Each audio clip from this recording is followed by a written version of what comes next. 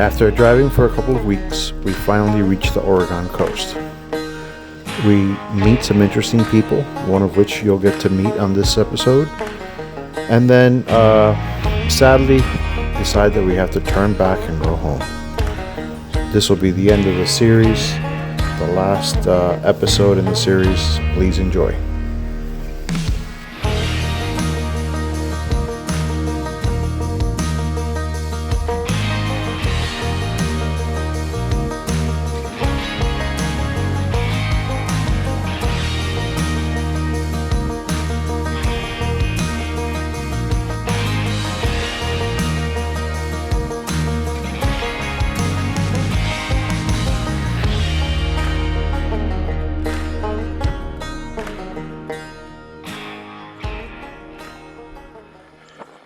This is a campsite in Siskiyou National Forest in Oregon. Just about an hour from the coast. And didn't film any content last night, kind of tired. Got into cooking, but it's a beautiful area. Just kind of surrounded by trees. Right off of the road. Can't see it now because of the sun. But pretty cool little area. Rocky. It was kind of hard to drive the stakes into the gravel ground, but other than that, very nice area. We're picking up and moving on.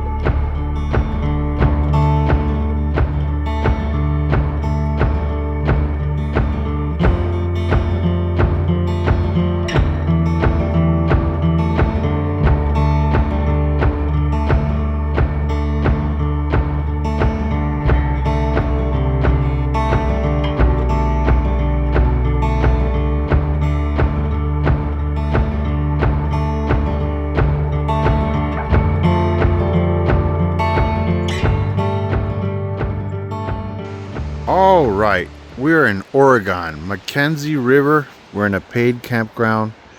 We do have some neighbors, not perfectly quiet, but not bad. We have the McKenzie River going along the back there. We just finished eating dinner, so we're in the process of cleaning up. The guys don't want to be a part of this vlog, but That's not true. oh, okay. Okay. How was dinner? Dinner was excellent. Dinner was excellent. The cook was doubting himself, but he hit it out of the park again. All right. So yeah, nice place. Super tall trees.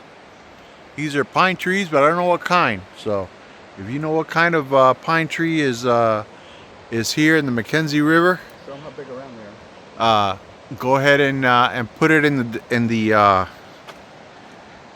put it in the comments below. Give you an idea of how big this thing is. Put my hand there. Look how big that tree is. Whoa! Almost dropped it. Almost dropped it. So, quite a big tree. Quite a big tree.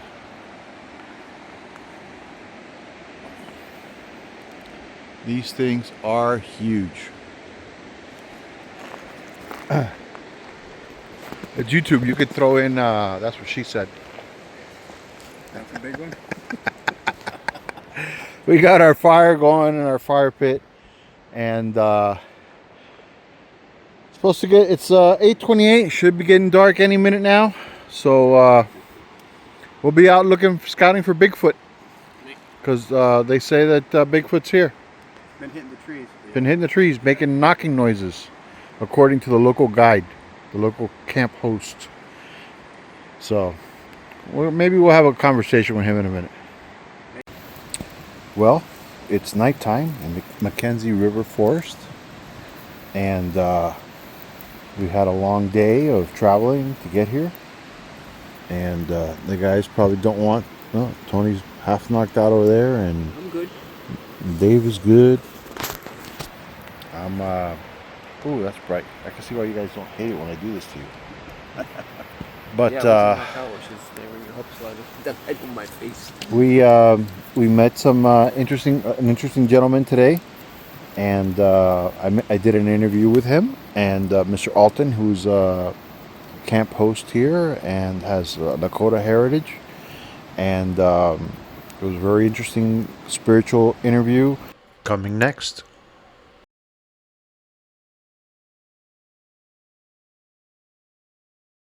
All right, first, tell us who you are.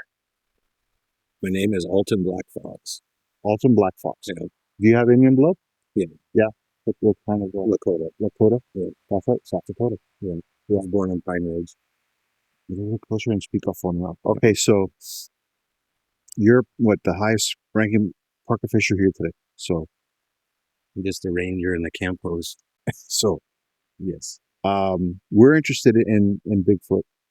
Sasquatch, where we come from, it's swamp ape from Florida Everglades, skunk ape from Florida Everglades.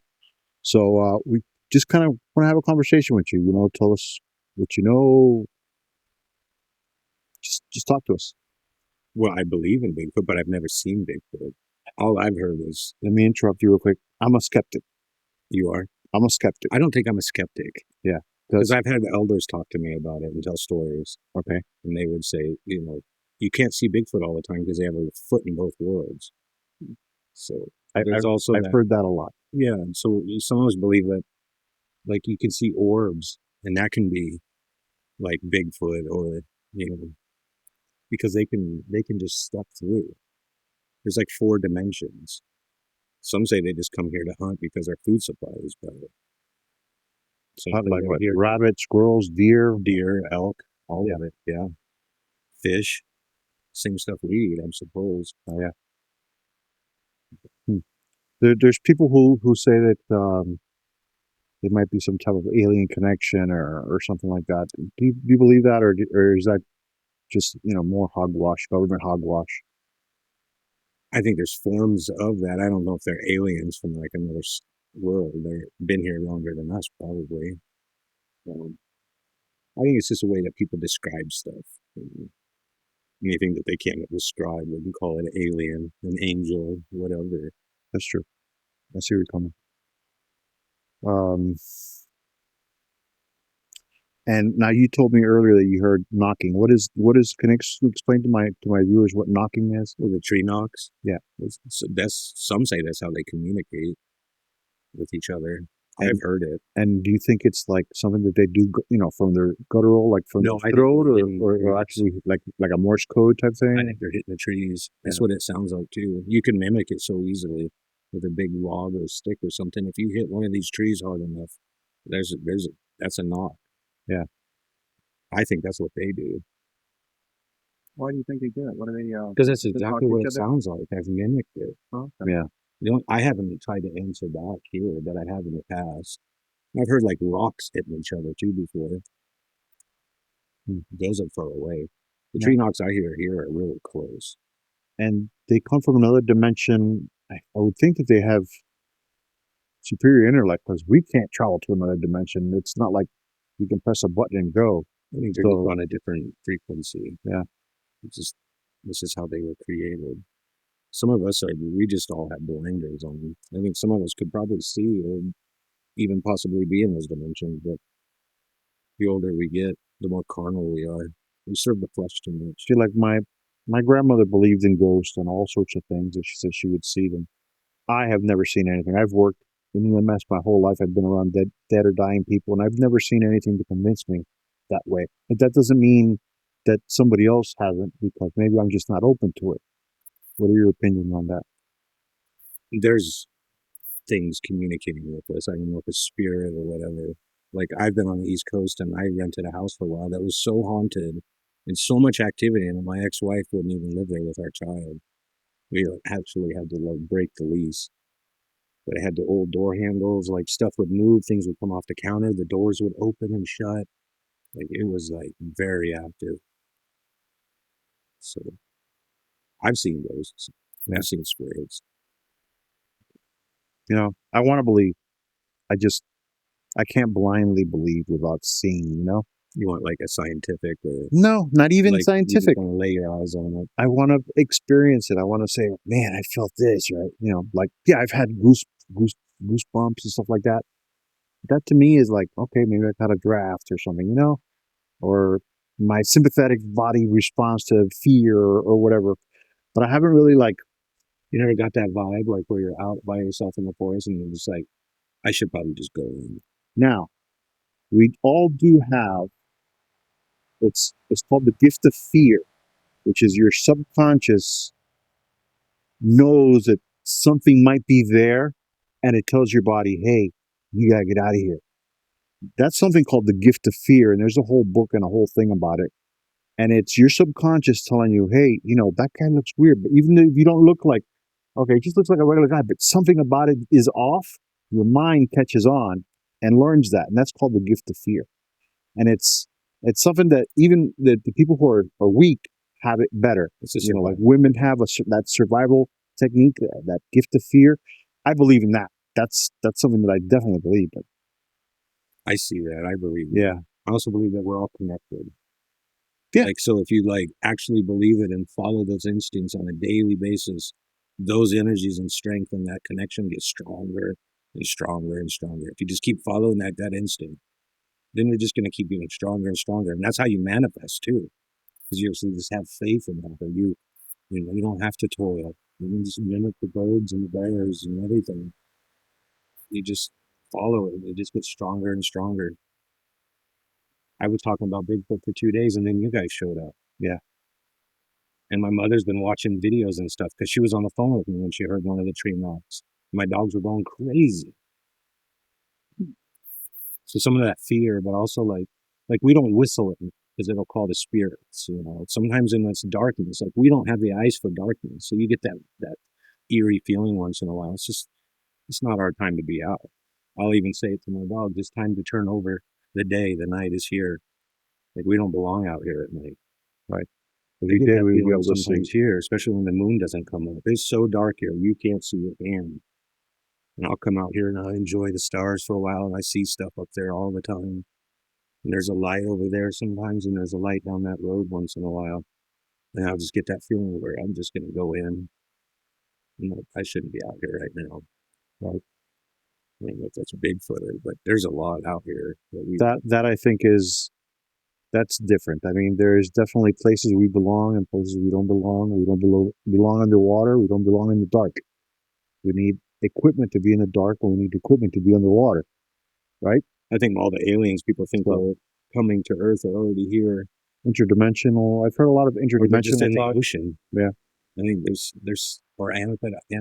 Like they've been coming stuff up there for years. Like, they've been here. They're already here. Yeah. I've seen those ships. I've seen them on the East Coast and out here. Yeah. Well, I've seen. We told you earlier, we have a friend who swears that he's been abducted. I was in New Hampshire one time, and I swear there was a skyscraper laying on its side in the sky above the trees at night. And my coworker couldn't drive home. He literally had like a little bit of a meltdown. Like he was crying because it was so emotional to him. Like he was just like, he was like you, and all of a sudden he saw something. Right? Like he had to leave his state. He stayed at my house because we were up doing a job. We're on the lakes up in New Hampshire. Down in Arizona, I've seen tons of stuff in the sky. Tell us a little bit about yourself. Me? I've been nomadic. I've been on my own since I was 12. I just been traveling around trying to like learn as much as I can. I'm like 63% Lakota, but the rest of me is Scandinavian. So like, I study both sides all the time. Okay. I like to follow like what Odin did. I like his story and how he always tried to learn and just always just try to get the wisdom and whatever we're here for at this time, because it's all very temporary. Do you consider yourself religious or spiritual? Or yeah, I love religion. It's like I love other people's way. He's going to believe what they're saying, right? But I will listen. Well, I myself consider myself a deist. A deist. A deist believes in a deity created us, but not in any of the man-made stories that we hear. Yeah, it's all been twisted for their own gain.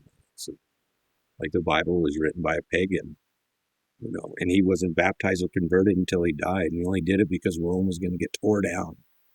And people forget that. Mm-hmm. They left tons of books out. They just told the story that made it to where like the male figure was the only thing. Mm-hmm. But the covenant is the female womb. Like that's Christ wanted to turn the church over to Mary Magdalene, not all these Pharisees. But that's we're getting way off of Bigfoot there. Yeah, let's go back. Let's circle back onto the. I want to know a little bit more about this McKenzie area. What do you know about the area? Folklore, geology, energy, anything you have, you can tell me about this area. I know Blue Pool is really special up there because the river comes up out of the ground. I know this spot is special because the creek meets the river right there. So where two rivers meet is a nice sacred spot.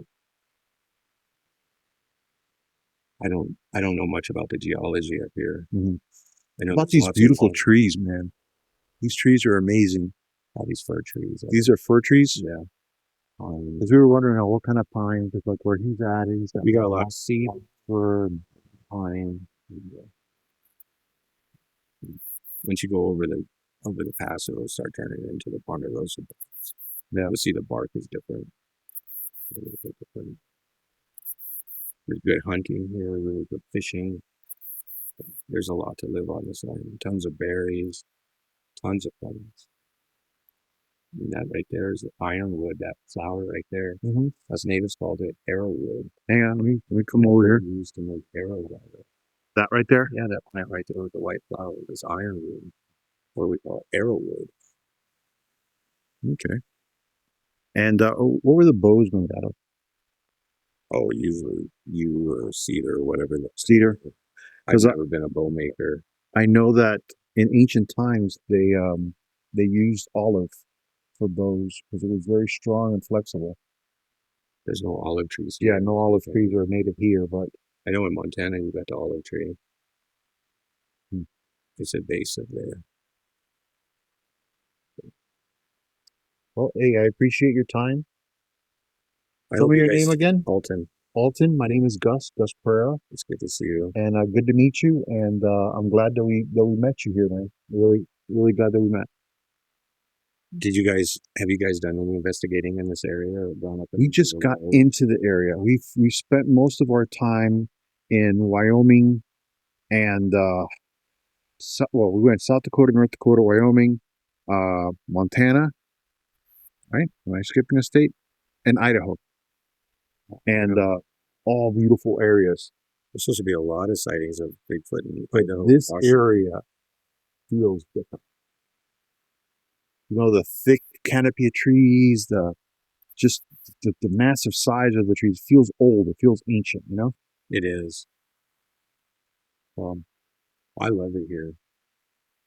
So probably tomorrow we're gonna try to find some remote areas where there aren't campers and stuff like that, and kind of relax, get quiet, stay up at night, and see what we see. We have some of our camera equipment and equipment that we have to for nighttime, but hopefully we see something and Or hear something. or hear something. Yeah, I've never heard no like balls out here or nothing like that.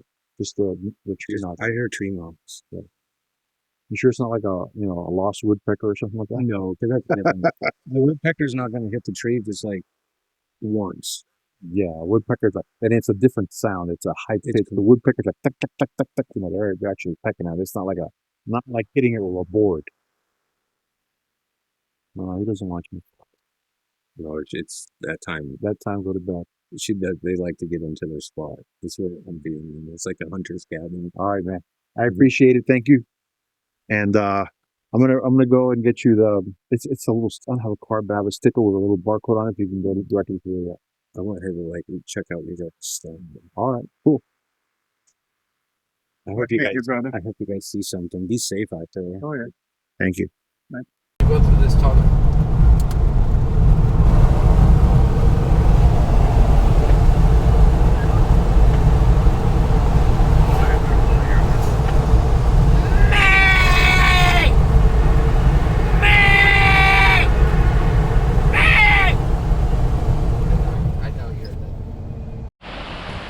Welcome to the Oregon coast. After 18 days overlanding from Miami, Florida, we finally made it to the beach on the opposite side of the United States. It's kind of gloomy, nothing like Miami, but very cool nonetheless.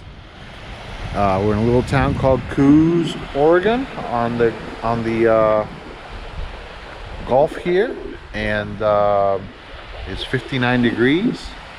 It's currently 4:13 in the afternoon, and kind of gloomy, but very happy that we made it here. Last year I wasn't able to make it to the coast because of the fires, but this year I wanted to make sure that I got to see the Pacific Ocean.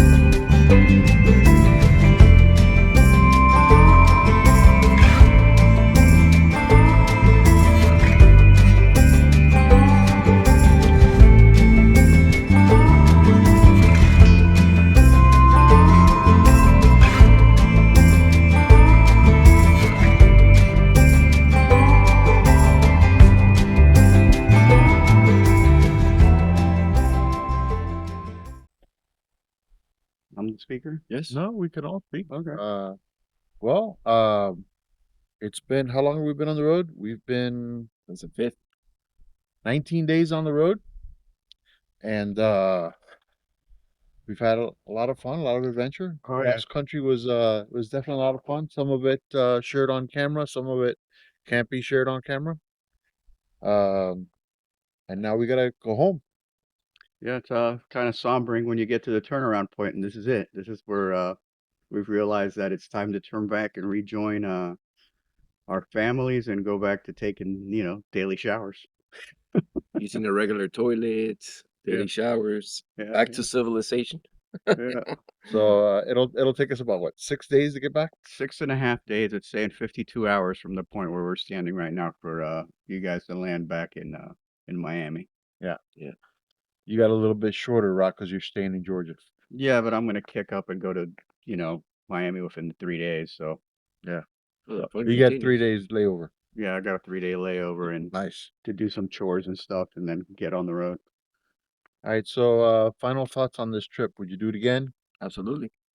Yeah, I would do it again. There might be some stuff that, that I upgrade and do a little differently, to be a little more comfortable, but absolutely, yeah. Definitely for me, Fun. I need a truck. Yeah. Oh I yeah. need a 4-wheeler. So Yeah. we'll see where we are.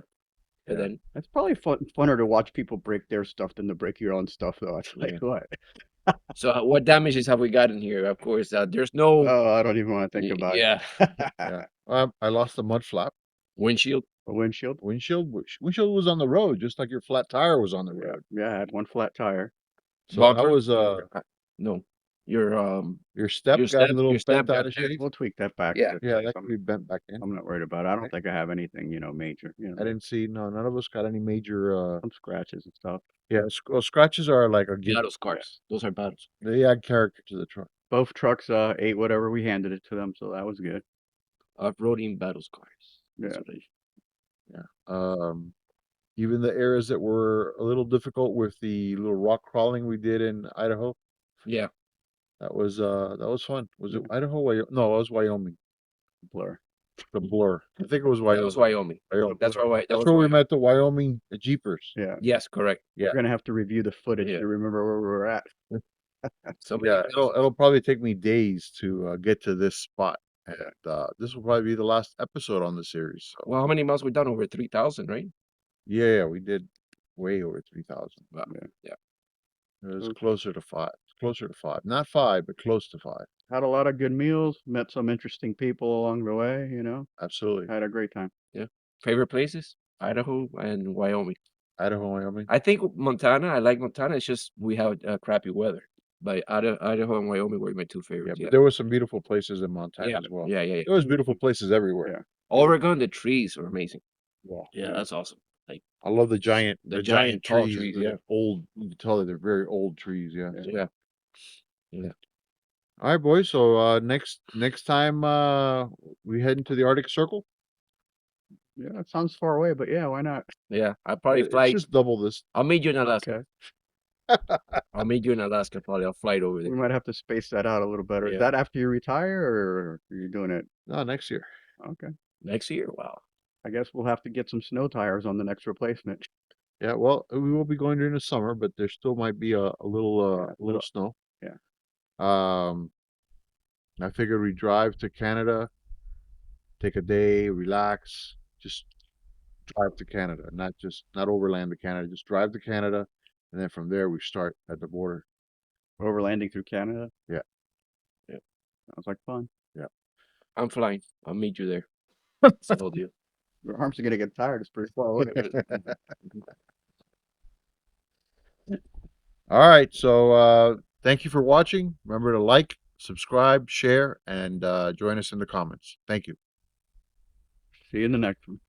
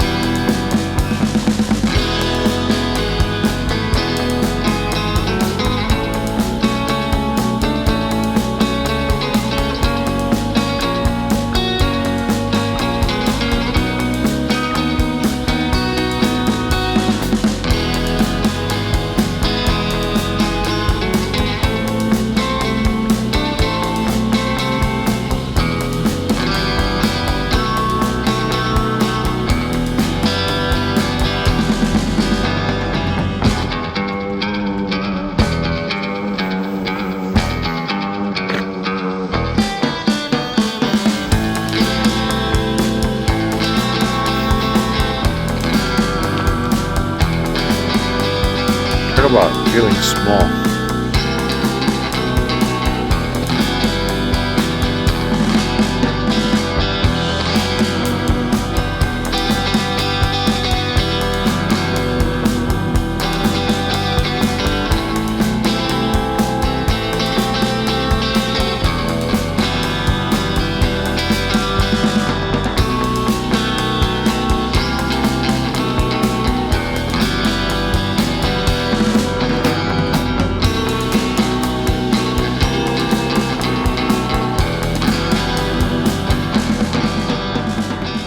The Cabela's store in St. Louis.